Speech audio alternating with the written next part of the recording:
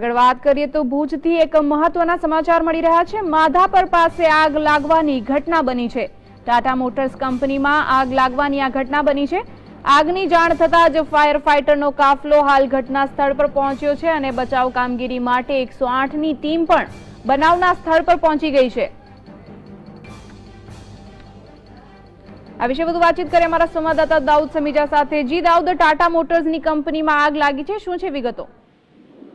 જી સોનલ, એ આગનું કારણ હજી જાણવા મળ્યું નથી, પરંતુ ભુજ તાલુકાના માધાપર ગામ પાસે આવેલી ટાટા મોટર્સ કંપનીમાં આગ લાગી છે। આગના કારણે આખી કંપનીમાં દોડધામ મચી જવા પામી છે અને આગને કાબુ મેળવવા માટે 3 ફાયર ફાઈટરો ઘટના સ્થળે આવ્યા છે। પોલીસ અને 108ની ટીમને પણ બોલાવવામાં આવી છે, પરંતુ 1 કલાકથી બેકાબુ બનેલી આગ હજી સુધી કાબુમાં આવી નથી અને આસપાસ રહેલી જે કંપનીઓની જે ગાડીઓ છે તેમને પણ કર્મચારીઓ દ્વારા સાઈડમાં ખસેડવામાં આવે છે, જેથી કોઈ વધારે આગ સ્વરૂપ ધારણ કરે એ પહેલા જ સાવચેતીના પગલે પગલાં ભરવામાં આવે છે અને હજી આગ બેકાબુમાં જ છે। સોનલ, જી દાઉદ, આગનું સ્વરૂપ જોતા તે ઘણી વિકરાળ લાગી રહી છે। શું આસપાસના વિસ્તારોમાં આવેલી કોઈ ઘર કે દુકાનમાં આ આગ ફેલાય તેવી શક્યતા જોવાઈ રહી છે? અને સાથે જ ફાયર ફાઈટરના અધિકારીઓના કહેવા પ્રમાણે કેટલા સમયમાં આગ કાબુમાં આવી જશે?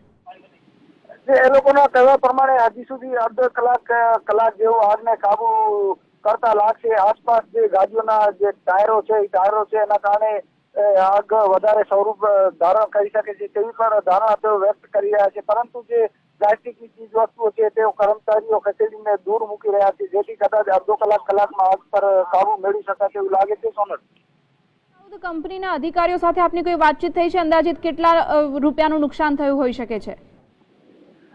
જી હજી એવું કોઈ અંદાજ નથી આવ્યો, પરંતુ જે ટ્રકોની બોડીઓ હોય અને જે અન્ય સામગ્રી હતી તે બળીને ખાક થઈ ગઈ છે, જેનાથી એક મોટું નુકસાન થયું તેવી શક્યતા દેખાય છે। સોનલ, જી દાઉદ, સમગ્ર માહિતી આપવા બદલ આપનો આભાર।